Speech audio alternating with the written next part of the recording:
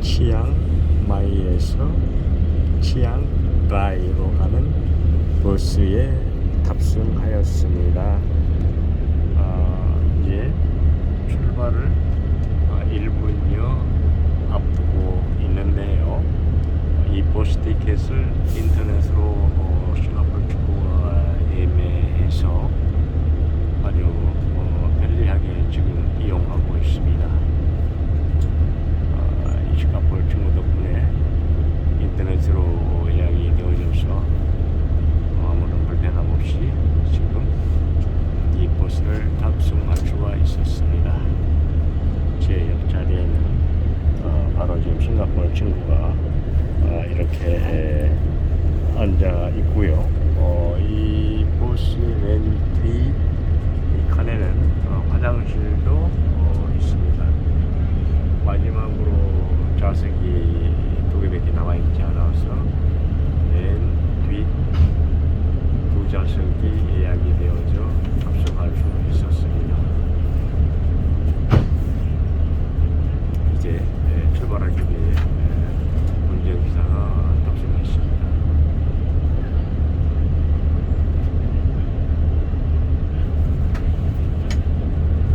이 버스는 뒤에 화장실이 있어서 조금 나을 것 같네요. 화장실이 없는 버스보다는 급한 경우가 있을 때 아무래도 편리하게 이용할 수 있으니 화장실이 딸린 버스가 아무래도 좋지요. 장거리 여행에 있어서는 어떨 때는 정말 급한 경우로 힘들 때가 있습니다. 그래서 이렇게 화장실이 겹비된 버스를 이용하면 아주 편안함을 같이 이용할 수 있어서 마음도 아주 편안해집니다. 9시 30분 출발인데 지금 3분이 지났는데도 왜 이렇게 가지 않는지 모르겠는데요.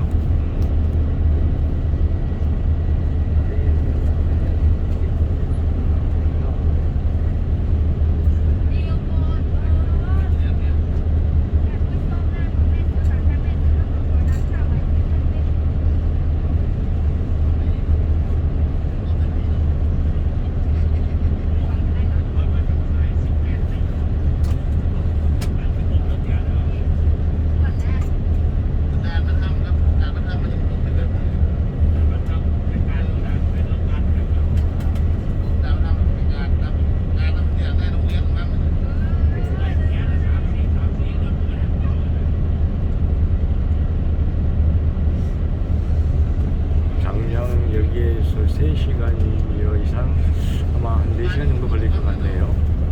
200여 킬로미터의 거리에 있습니다. 북쪽으로 여기 치앙마이보다 북쪽에 위치해 있습니다. 아마도 그곳은 여기 치앙마이보다는 조금 더 시원할 것으로 생각이 되어집니다.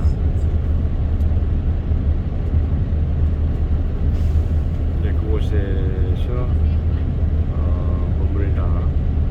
또 그 위에 있는 치앙콩을 가서 치앙콩에서 다시 버스를 타고 라오스 국경을 넘어 라오스에 있는 비엔티안으로 갈 예정입니다.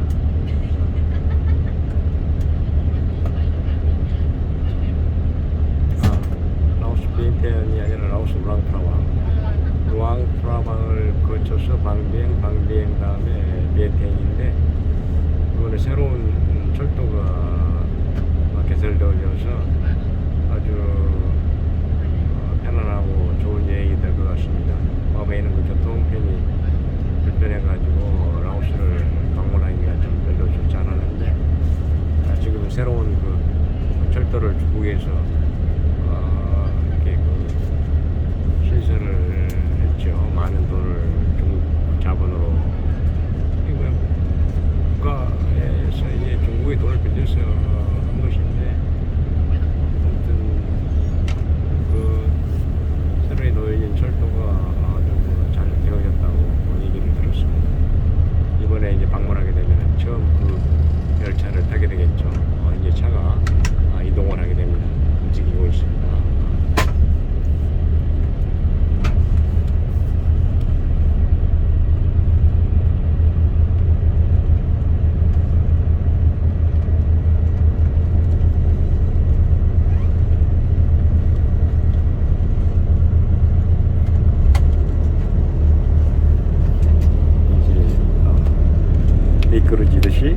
터미널을 빠져나가고 있습니다. 이곳이 치앙마이에 있는 버스터미널 3입니다. 버스터미널 1은 좀 먼 곳에, 여기서 조금 떨어진 곳에 있고 2, 3가 함께 있는데 2는 거의 방콕행 버스를 타는 곳이고, 이곳은 치앙라이, 치앙콩 가는 버스를 이용하는 터미널입니다.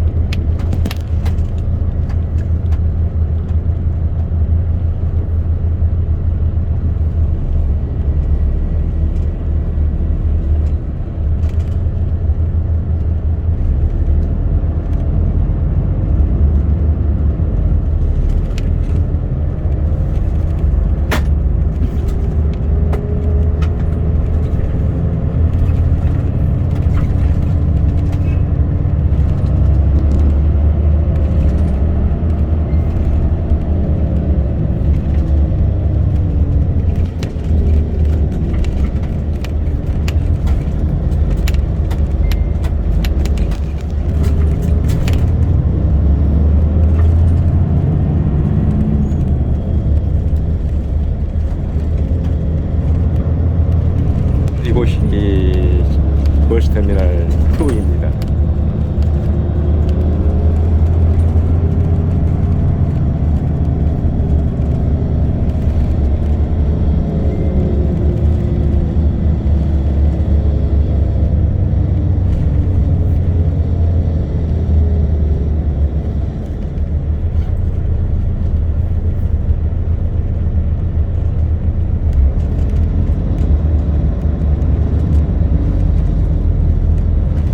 태국은 일본처럼 좌측 통행입니다. 차량들이. 그러니까 운전석이 오른쪽에가 있지요. 그래서 그 일본의 자동차들이 태국에 엄청나게 많이 팔렸습니다. 그에 보답으로 일본의 그 자동차 회사에서 태국에 고속도로를 깔아주기도 하고 했었습니다. 이렇게 보면은 거의 일본 자동차예요. 도요타, 뭐 닛산, 미쓰비시, 도요타가 가장 많이 차지하고 있죠. 지금 이 밑에 있는 차량도 뭐 이건 미쓰비시, 저 앞에도 미쓰비시입니다. 저 미쓰비시. 거의 미쓰비시보다는 도요타가 한 90% 이상 차지한다고 그럴까? 일본에서는 미쓰비시 자동차를 별로 선호하지 않는데 이곳에서는 미쓰비시 자동차가 많이 보이네요.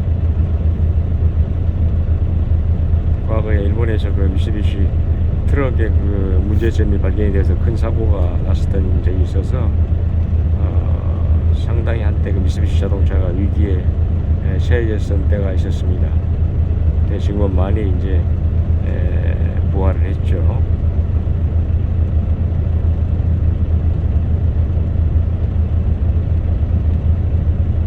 자동차는 개인적으로 생각할 때 도요타를 능가할 만한 지금 자동차 회사가 일본에서도 없습니다. 아무튼 저도 그 도요타를 타보면은 차를 참 잘 만들어내고 있구나 하는 것을 느낄 수가 있죠. 승차감도 좋고 부드럽게 이렇게 속력을 이렇게 낼 수도 있고, 아주 내가 닛산, 스바루, 도요타 이 세 자동차를 내가 보유해 보았었지만은 도요타가 제일 나았던 것 같아요.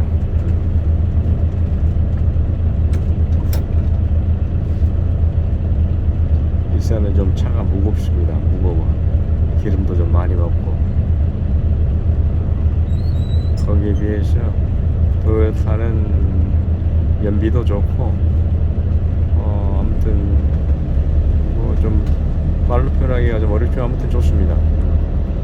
쾌적하고 승차감도 아주 좋으면서 스무스하게 출발이 되어지고 가속력도 아주 쉽게 오르기 때문에 토요타를 한번 타보면은 다른 차를 타기가 좀 싫어집니다.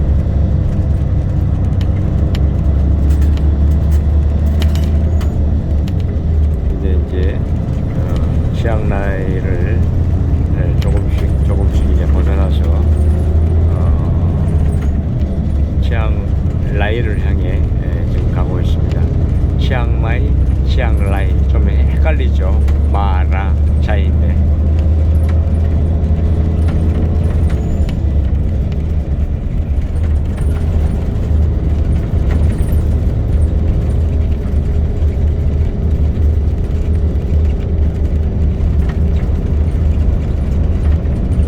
이 그린버스는 가장 좋은 버스입니다. 뭐 에어컨도 지금 빡빡하게 잘 나오고 아주 시원하네. 조금 가격이 있지만은 그래도 아주 쾌적하고 좋아서 이 버스를 예약을 아주 잘했다고 생각이 되어집니다.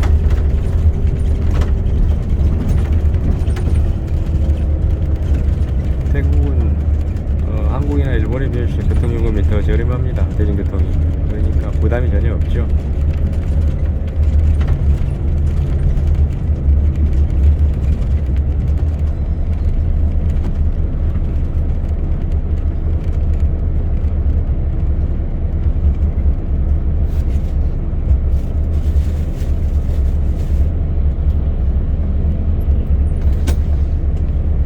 오늘 이상하게 미쓰비시 자동차가 노래가 많이 띄네요. 이것도 미쓰비시. 이 자동차도 앞에 있는 건 혼다.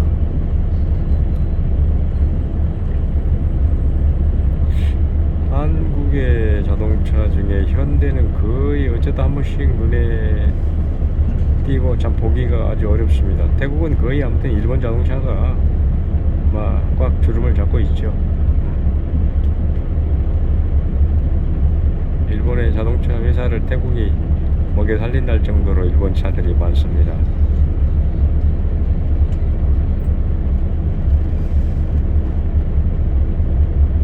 저기 앞에 지나갈 또 혼다, 토요타.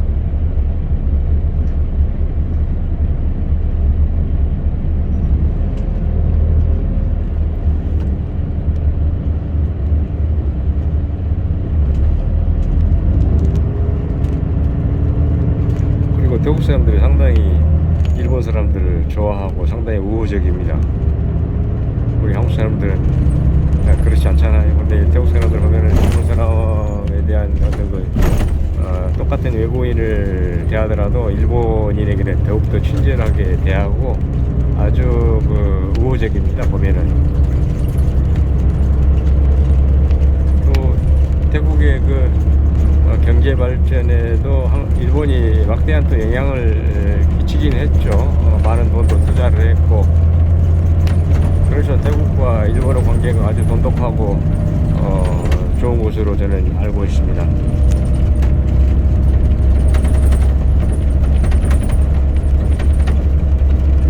뭐 어느 나라든지 자기에게 이익이 되면은 그렇게 또 잘 대해주고 잘 이렇게 하는 것이지 않겠어요. 인간관계도 마찬가지인데 국가와 국가 간의 관계도 인간관계와 똑같습니다.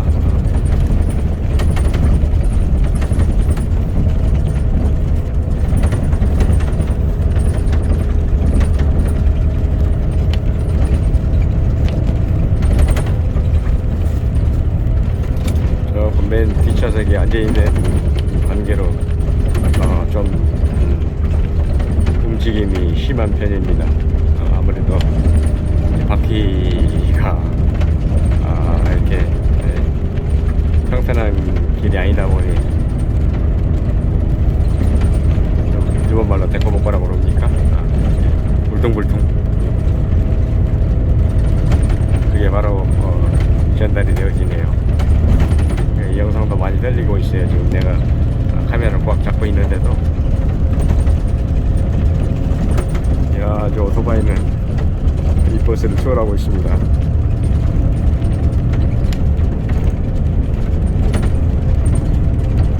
보시면 오토바이가 상당히 편리한 교통수단이에요. 이렇게 더운 나라에서는 오토바이를 타고 달리다 보면은 더위보다는 더 시원한 바람에 아주 쾌적하게 느껴지기 때문에 차량보다 오토바이를 타면은 아주 시원하게 느껴지고 좋습니다. 그런데 단 한 가지 이제 불편한 점이라면은 비가 오는 날이면은 좀 그렇죠. 비 오는 날만 아니면은 오토바이, 그러니까 지금 건기에 비가 내리지 않는 이 시기에는 오토바이 이상 좋은 교통수단이 없습니다. 그래서 저도 베트남 달랏에 사놓은 그 오토바이를 이렇게 이제 건기에 가게 되면은 3개월 내내 비가 오지 않기 때문에 아주 그냥 그 오토바이를 타고 드라이빙 할 때 그 기분은 최고입니다. 최고. 지금 이제 올해는 비자가 그렇게 지금 장기 비자, 체류 비자가 나오지 않기에 태국으로 오게 된 것입니다. 그렇지 않고 예전처럼 3개월 비자를 받을 수 있었으면은 지금 베트남 달랏에 머물러 있겠죠.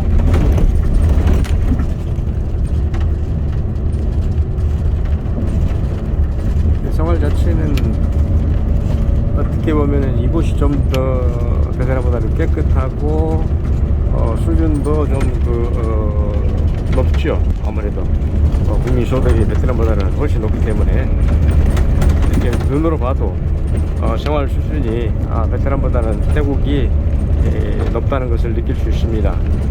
어떤 주거 형태라든가 사람들이 살아가는 그런 모습들을 들여다보면은 베트남보다는 아무래도 낫죠.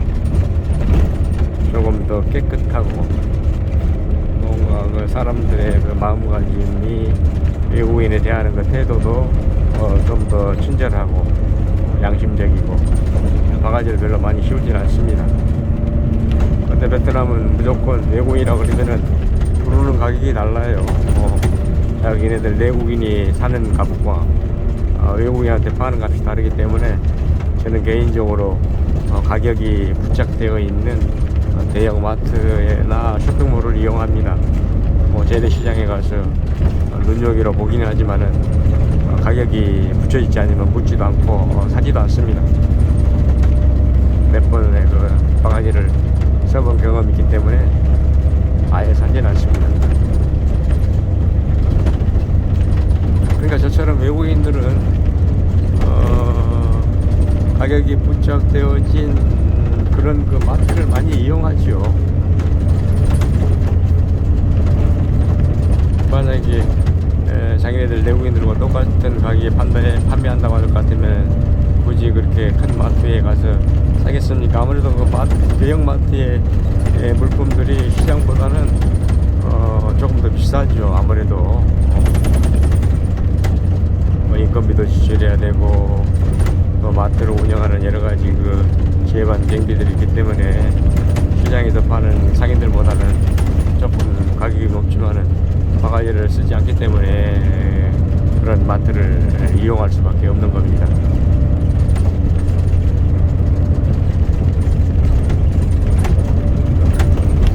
저는 여행을 할 때마다 거의 시장을 두루 많이 돌아다니는 편입니다. 어떤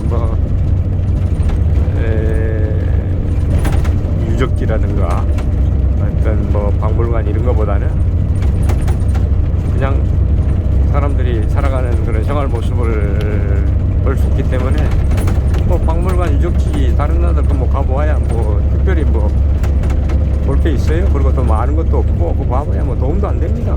그러니까 그냥 시장에 가서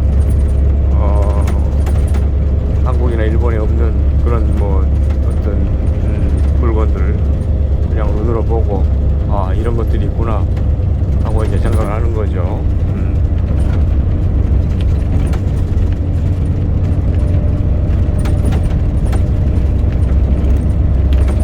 한국이 지금 엄청나게 지금 그 발전을 거듭해서 살기 좋게 되었습니다만은 제가 어렸을 때만 해도 태국이나 주위에 베트남 같은 나라가 더욱더 잘 살았었습니다.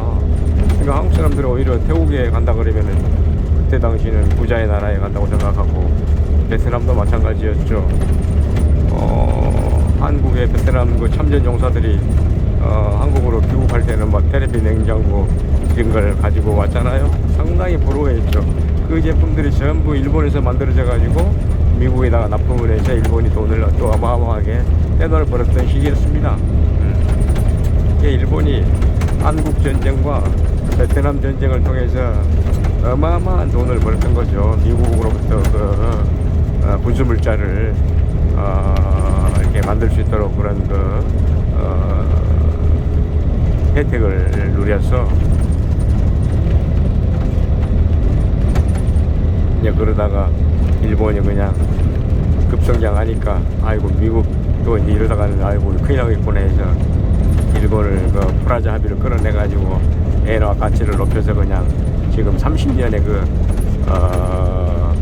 잃어버린 그 일본의 그 경제를 지금 만들어버린 거 아닙니까?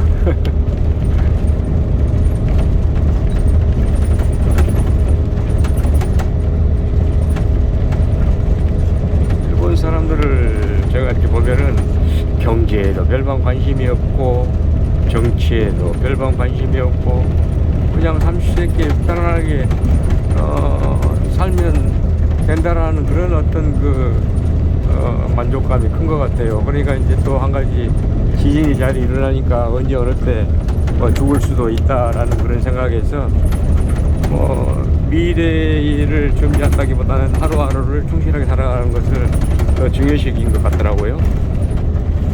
또 그런데 또 한편으로 보면 또 저축은 해요. 저축을 한다는 것은 미래를 대비해서 하는 건데, 참 이제 그런 부분들이 좀 아이러니하죠. 그리고 일본의 부자들은 은행에 금리가 없으니까 집에다가 커다란 금고를 사다 놓고 현금을 쌓아두고 삽니다. 아예 그냥 은행에 맡기질 않아요.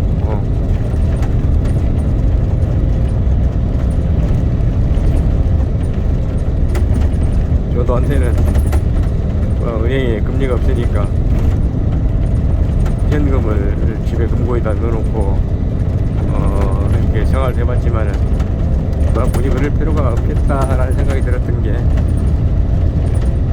언제든지 편리하게 또 은행도 있고 집에 그렇게 현금을 둔다고 도난을 맞을 일이나 그런 건 없지만은, 그래도 그냥 은행을 다시 또 이용하게 되더라고요.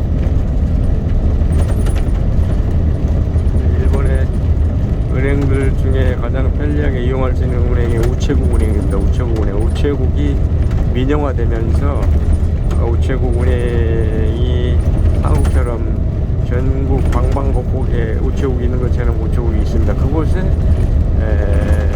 금융을 이렇게 이제 다루는 창구가 있어서 은행 업무를 봅니다. 그러니까 아주 편리하죠.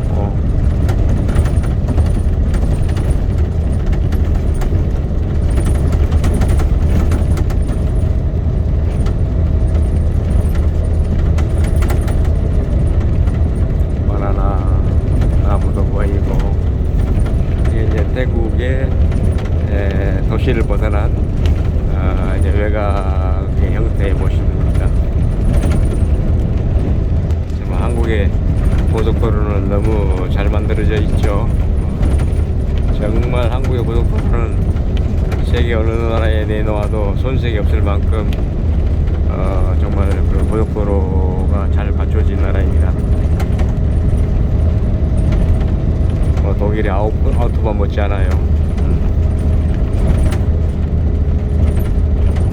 일본도 고속도로가 있지만 옛날에 지어진 고속도로라 2차선 도로가 많고 4차선의 그 고속도로를 보려면은 도쿄라든가 오사카 도시 인근에 있는 고속도로만 4차선이지 거의 대다수가 2차선 고속도로라 아주 위험합니다.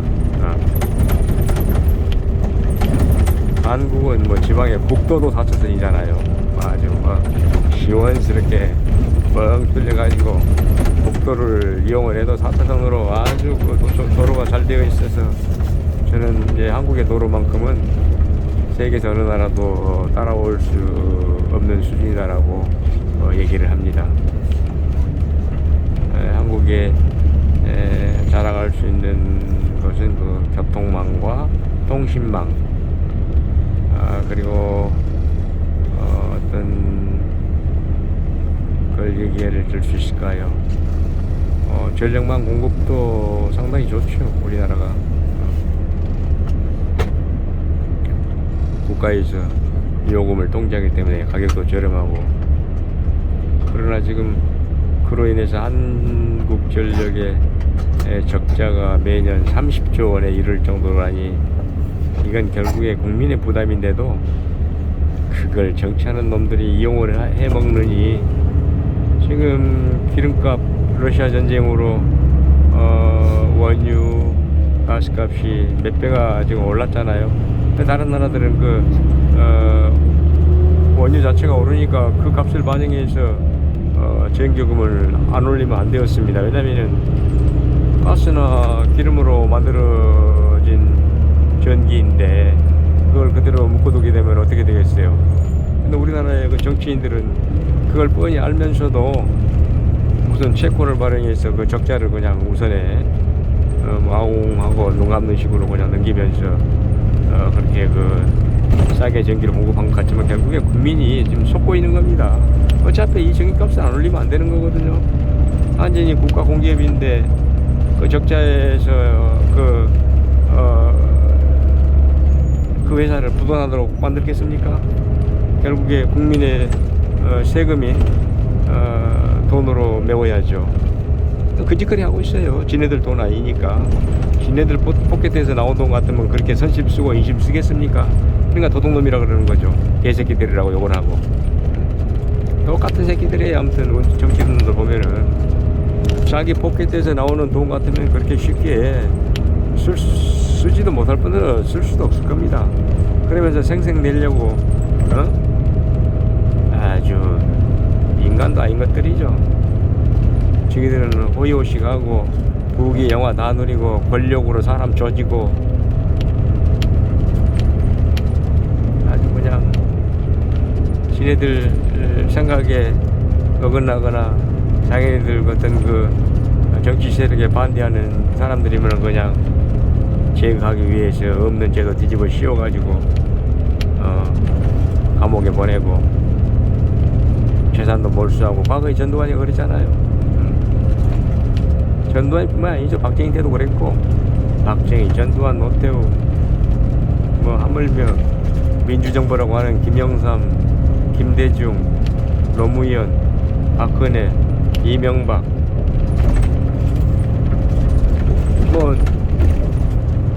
안 하는 대통령이 누가 있었습니까? 앞전에 물러난 누구죠? 문재인이도 무슨 적폐청산이라는 얘기로 그냥 자기의 정적들을 제거하고, 지금 현재 이제 또 윤석열 정부가 들어서니까 또 똑같이 문재인 정부 때 당했던 그 사람들의 복수하는 그런 마음으로 또 윤석열 정부에서 또 문재인 그 정부의 비리라고 해가지고 좀 캐내면서 지금 하나 둘씩 지금 구속시키고 있잖아요. 이게 계속 반복돼서 되풀이되는 그 한국 정치입니다. 이걸 끝을 낼 수가 나는 없다고 보는 것이, 5년 동안 정권을 잡으면은 5년 내내 복수하고 보복하고, 또 그렇게 보복을 당했던 사람이 또 정권을 잡으면 또 5년 내내 그 짓거리를 합니다. 반복해서. 저는 그걸 그럼 살아오면서 생생하게 두 눈으로 보았기 때문에 어느 놈이나 어느 녀석이나 정권을 잡으나 똑같은 새끼들이다, 막 욕설이 나오죠. 개새끼들이에요. 아무도 사람이 아니죠. 지네들 일가족 전부 다 그냥 뿐만이 아니라 그러니까 국민들만 불쌍한 거예요. 아주 피나는 세금 그냥 그렇게 내가면서 지네들 그냥 세금 그냥 포켓에 있는 돈 주무르 듯이 그냥 또 그게 부족하면은 그냥 뭐또 채권 발행해가지고 국채 그냥 뭐 발행해서 그냥 국가의 빚이죠. 그게 전부 다 모두.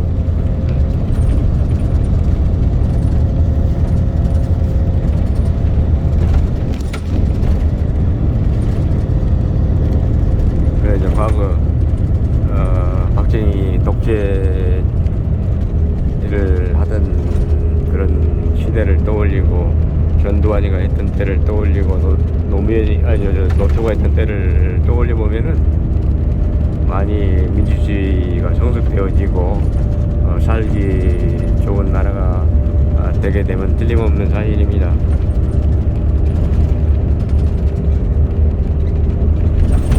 예, 누가 그런 말 했지만 그놈이 그놈이고 그 새끼가 그 새끼다.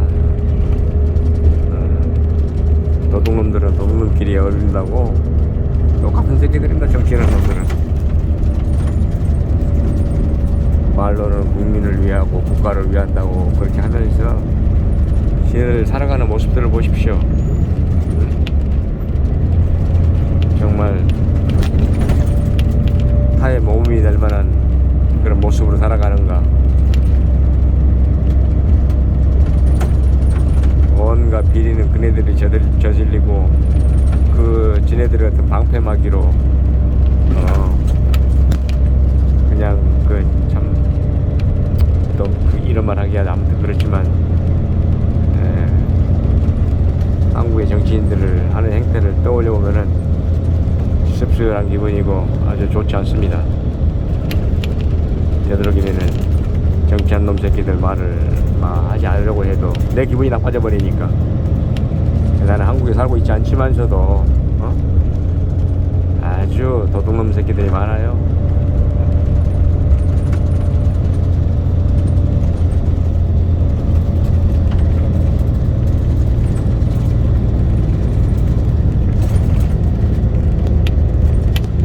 이 울창한 숲 빌림이라고 할까. 이런 곳에는 뭐 사람이 들어가지도 않죠.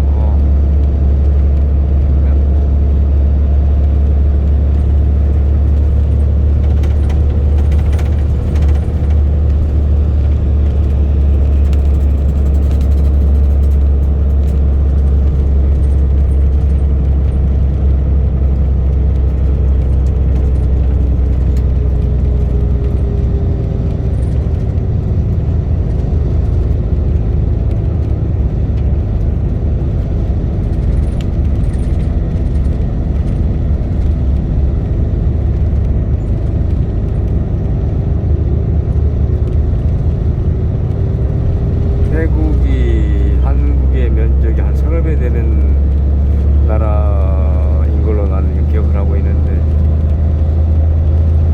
인구는 거의 뭐 한 4천만 정도밖에 안 되는 걸로 정확한 걸 지금 내가 잘 모르겠습니다만 한국의 인구와 뭐 비슷하든지 좀 적든지 아마 그럴 거예요. 태국 인구. 근데 태국의 국토의 면적은 한국의 서너 배 정도 크니까 대단한 나라죠. 자원도 풍부하고.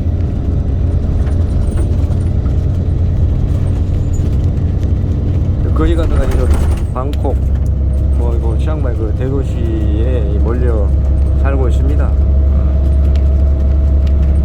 뭐 시골이라든가 지방에 내려가면 거의 뭐 사람 사는 곳이 없다고 봐야죠.